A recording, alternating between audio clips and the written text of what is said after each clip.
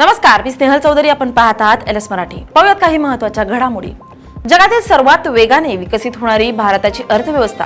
जगावर संकट आलंय, काही गोष्टी आपण जपून वापरल्या तर परकीय चलनाची बचत होईल. मुरलीधर मोहोळ यांचं वक्तव्य. शिवसेनेत राहून शेतकऱ्यांच्या वेदना कमी करणार. दिव्यांगांसाठी 19 मेला आंदोलन. अंगात वाहणारं रक्त शेतकऱ्यांच्या अन्नापासून बनलं. बच्चू कडूंचा एल्गार. सांगलीत जत आणि मिरज तालुक्याला वादळी वाऱ्याचा तडाखा. 150हून अधिक घरांचे, गोठ्यांचे, शेडचे पत्रे आणि कौलं उडाले. विद्युत खांब कोसळले. अनेक ठिकाणी विद्युत पुरवठा खंडित. बीडमधल्या करेवड गावात पावसाची जोरदार हजेरी. शेतकऱ्यांच्या घराचं आणि शेतीच्या फळबागांचं नुकसान. तात्काळ पंचनामे करण्याची मागणी. नीट घोटाळ्यावरून संभाजीनगरात NSUI आक्रमक. छत्रपती संभाजीनगरच्या क्रांती चौकात जोरदार निदर्शनं. केंद्र राज्य सरकारमधील शिक्षण मंत्र्यांच्या राजीनाम्याची मागणी. जळगाव जिल्ह्यात वाढत्या उष्णतेचा कहर. उष्माघातामुळे एका नवविवाहितेचा मृत्यू.